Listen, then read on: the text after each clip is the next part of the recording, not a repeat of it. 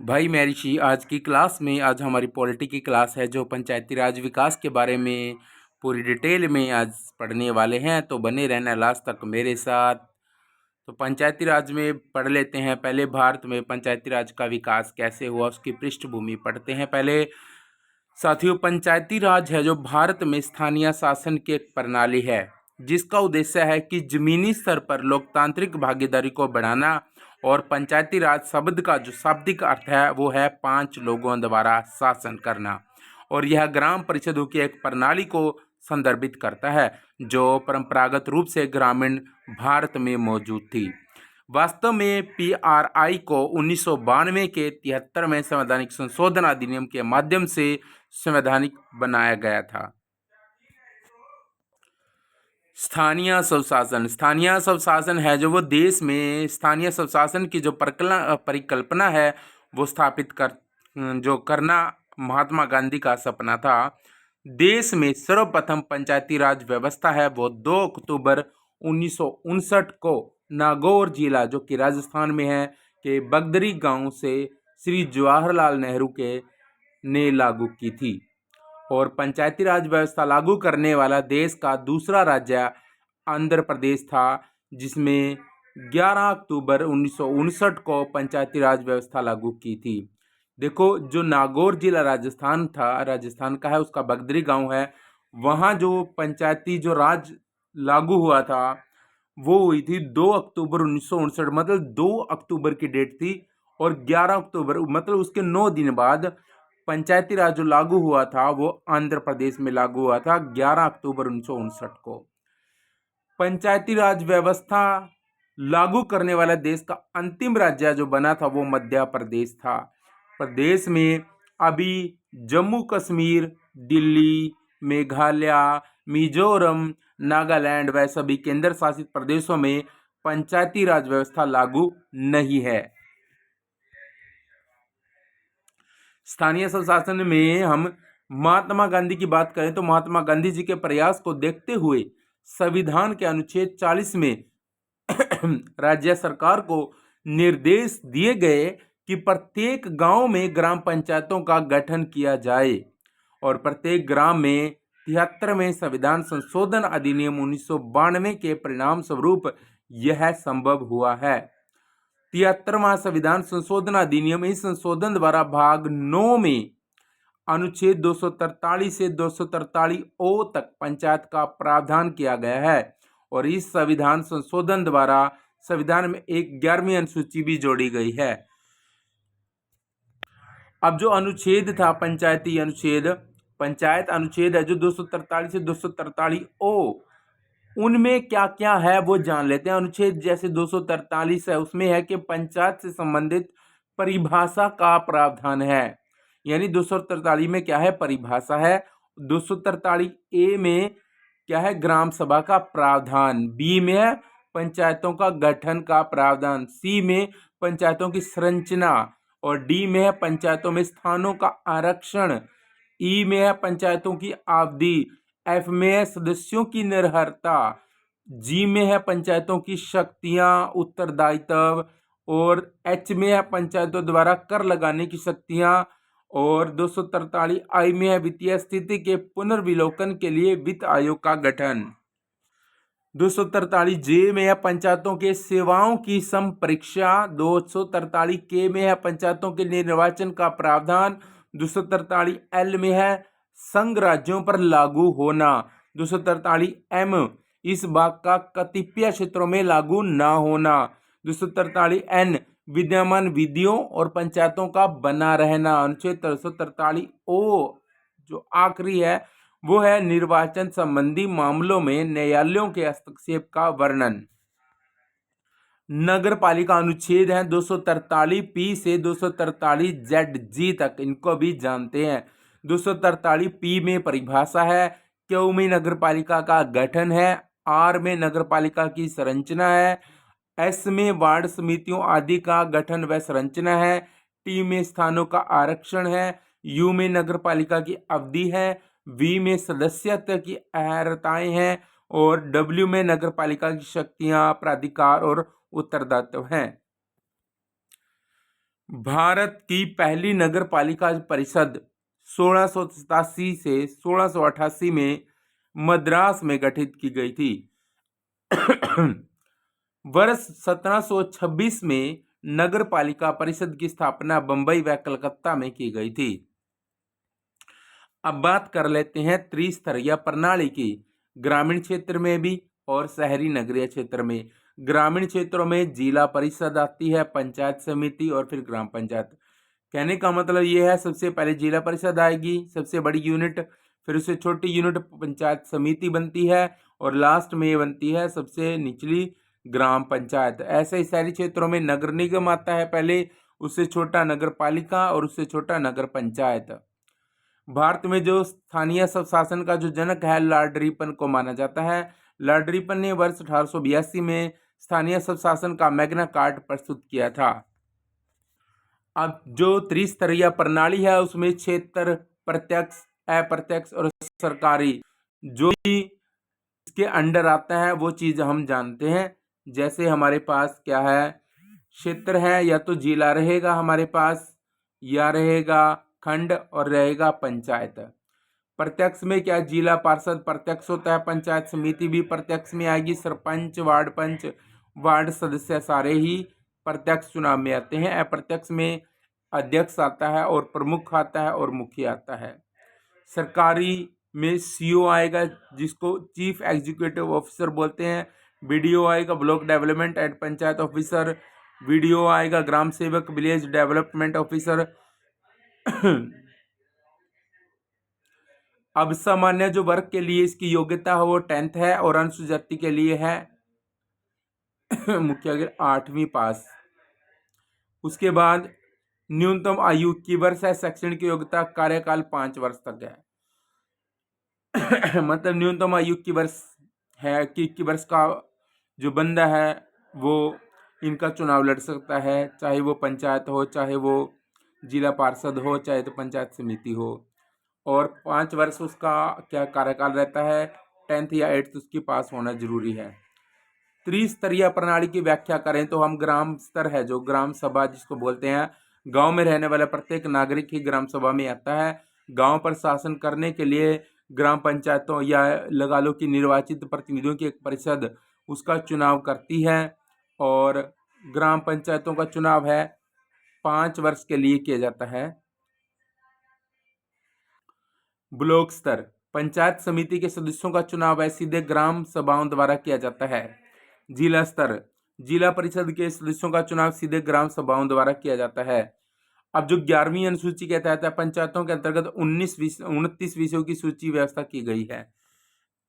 अगर ग्राम पंचायतों के बारे में पूरे डिटेल में अगर हम देखें तो ग्राम पंचायत भारत में पंचायती राज प्रणाली की सबसे छोटी इकाई है और यह ग्रामीण क्षेत्रों में स्थानीय सब सरकारी निकाय के रूप में कार्य करती है।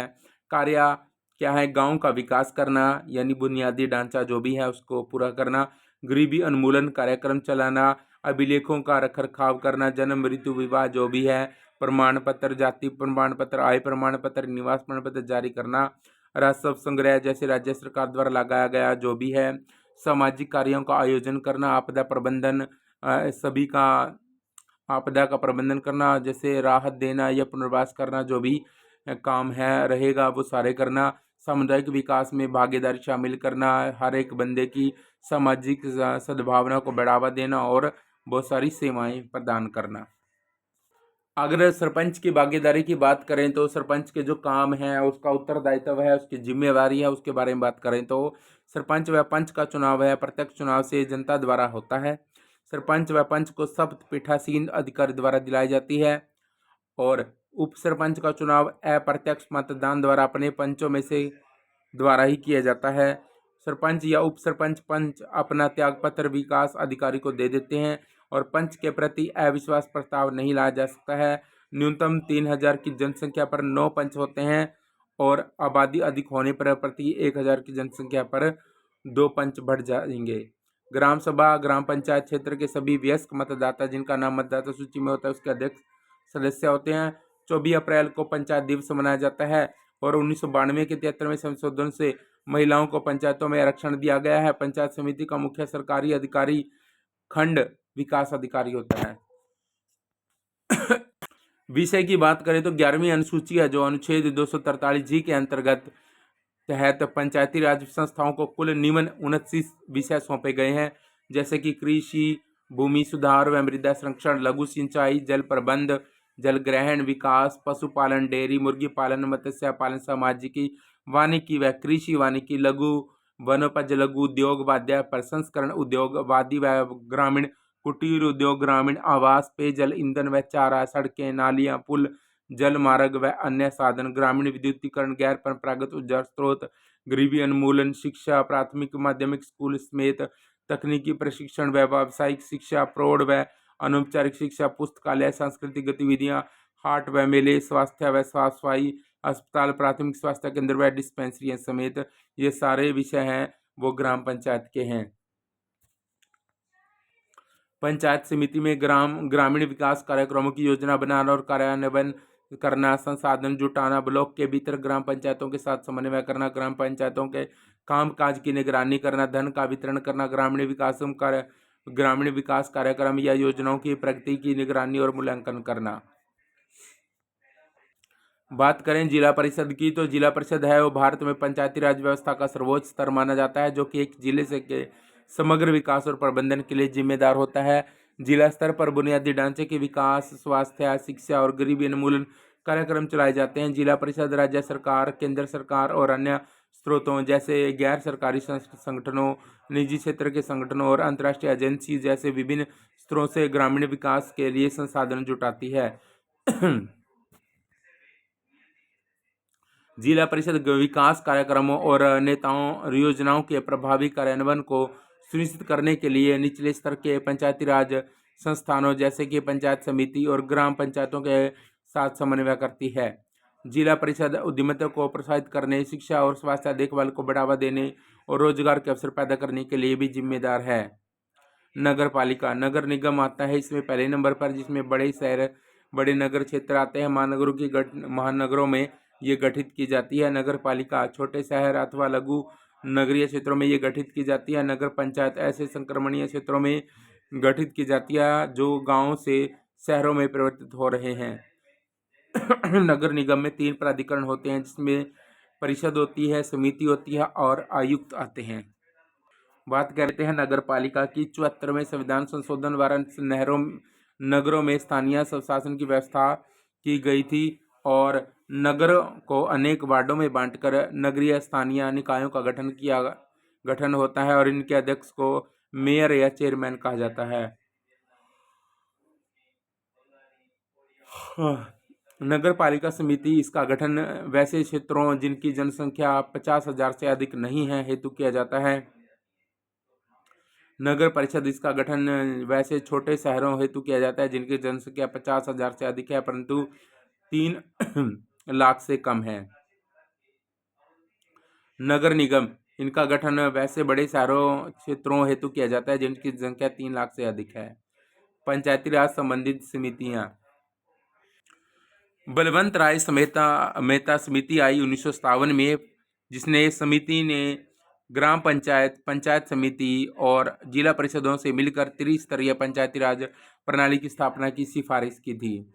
उसके बाद आती है अशोक मेहता समिति 1977 में, यानी 20 साल बाद। समिति ने ग्राम पंचायतों और जिला परिषदों से मिलकर 2 स्तरीय पंचायती राज प्रणाली की स्थापना की सिफारिश की। उसके बाद आती है हनुमंत राव समिति, गठन 1982 में।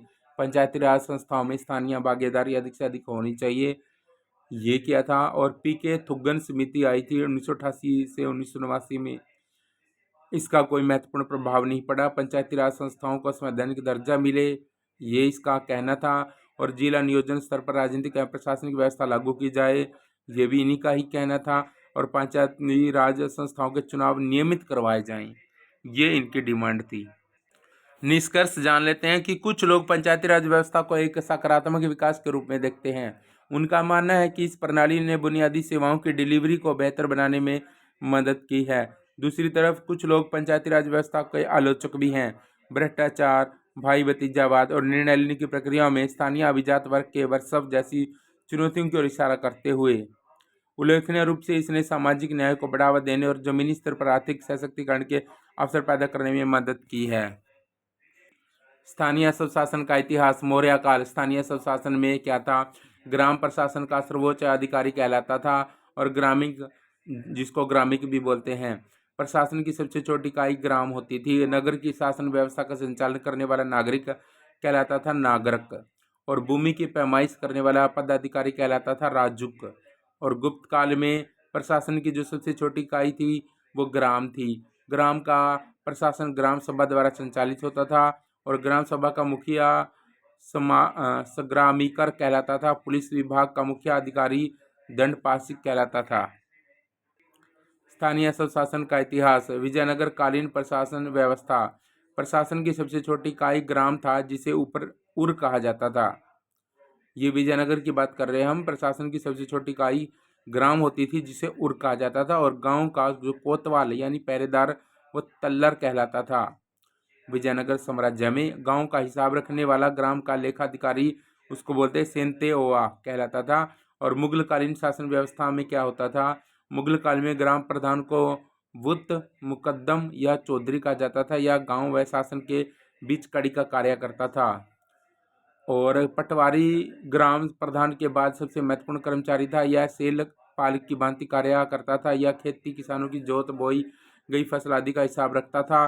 किसानों की जोत और बहुत सारे हिसाब करता था। ये मुगल काल प्रशासन की प्रमुख इकाइयां निम्न थी। मुगल काल में सूबे प्रांत में होते थे, सरकार, जिले, परगने, गांव, ये सारे होते थे। उसके बाद कानूनगो परगने में राजस्व विभाग का अधिकारी होता था। यह किसानों का आश्रयदाता व पटवारियों का प्रमुख होता था।